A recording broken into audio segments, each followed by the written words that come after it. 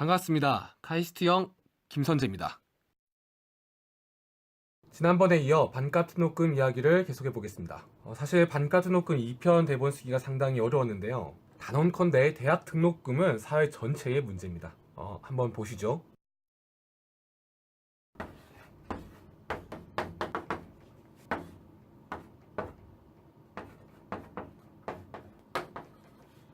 등록금 문제에 대해서 생각해 본 결과입니다.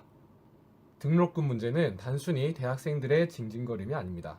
국가가 우선적으로 처리해야 할 중대한 전략적 과제입니다. 반값 등록금 또한 여전히 유효한 정책이며 앞으로 우리나라의 미래를 위해서 꼭 필요한 정책입니다. 지금부터 말씀드려 보겠습니다.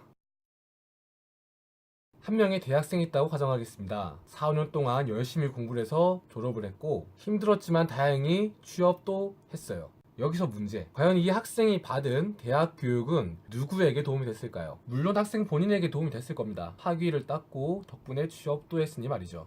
뿐만 아니라 이 학생이 받은 교육은 기업에도 도움이 됩니다. 학생이 가진 경험과 지식이 기업의 성장에 도움을 주기 때문이죠. 크게 본다면 같은 원리로 나라 전체에도 도움이 됩니다. 이것이 바로 교육이 가진 공공성입니다. 교육이 가지는 공공성 때문에 국민 국가의 탄생 이후 의무 교육과 무상 교육은 확대되어 왔습니다. 처음에는 읽고 쓸 줄 아는 것부터 시작해서 차츰 복잡한 계산 같은 것들도 교육 과정에 포함이 되었고 전문적인 지식까지 공적인 교육 과정으로 확대되어 포함되고 있습니다.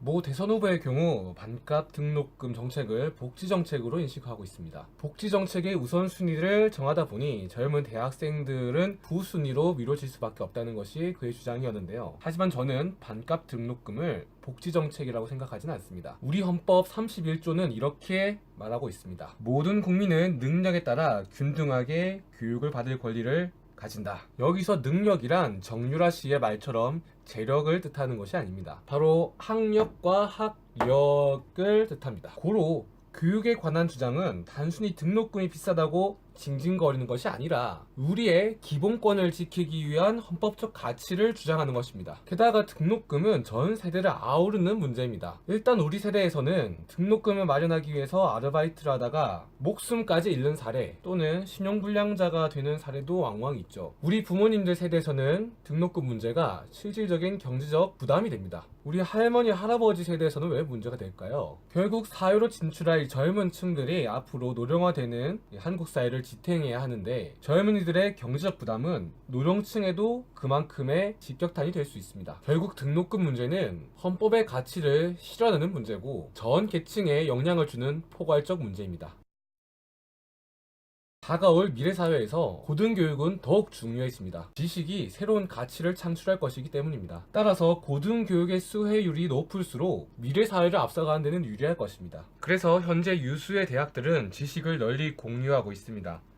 MIT는 2001년 강좌를 무료로 오픈하여 MIT 교수들의 강좌 2100여 개가 무료로 공개되고 있습니다.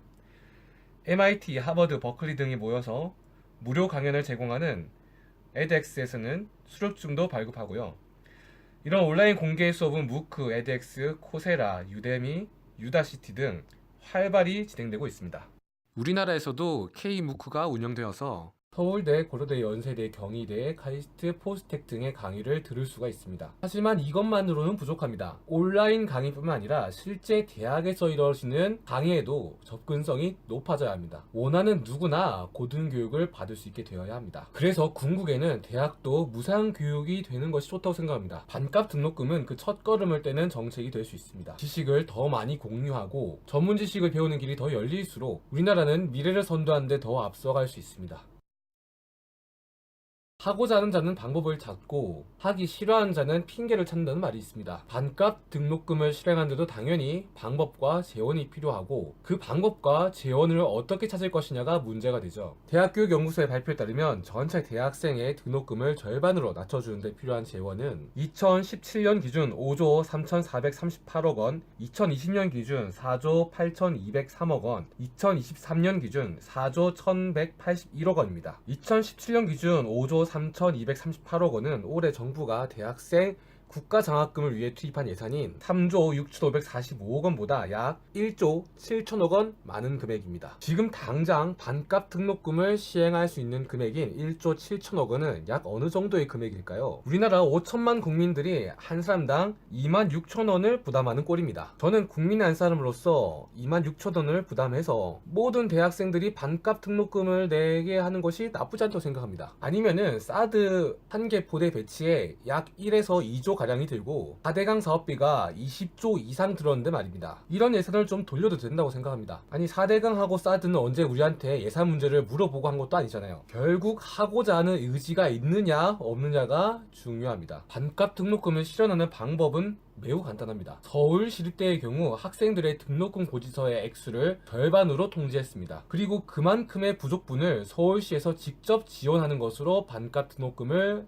실현했습니다. 이후 시립대에 지원된 예산이 조금 줄긴 했지만 반값 등록금 때문은 아니었습니다. 이처럼 반값 등록금을 시행하는 방법 자체는 어렵지 않습니다. 서울시립대의 방법대로 한다면 정부의 의지에 따라 당장 내년부터 국공립대는 반값 등록금을 할 수도 있습니다. 현재 대한민국에는 일반 29개, 교육 10개, 특수 6개, 대학원 3개, 전문 2개, 원격 1개의 군립대학이 있고 8개의 공립대학이 있습니다. 국공립대학은 국가가 고등교육을 책임성 있게 실현하기 위해 설립한 만큼 지금보다 국가 지원을 높일 근거도 충분합니다. 반값 등록금이 대학생에게 주는 혜택은 자세히 이야기하지도 못했는데요. 반값 등록금이 시행된 학교 학생들의 삶을 비교하자면 시간 여유가 생기고 삶이 윤택해질 뿐더러 학업에 집중할 수 있게 됩니다. 문화를 즐길 수도 있고 심리적 안정감이 찾아오죠. 반값 등록금은 학생들에게는 삶의 안정감을 주고 전 세대의 경제적 부담을 덜어줍니다. 국가적으로 봤을 때는 미래를 준비하는 전략이기도 하고 헌법적 가치를 지키는 정책이기도 합니다. 차기 정부는 구실만 찾지 말고 방법을 찾기를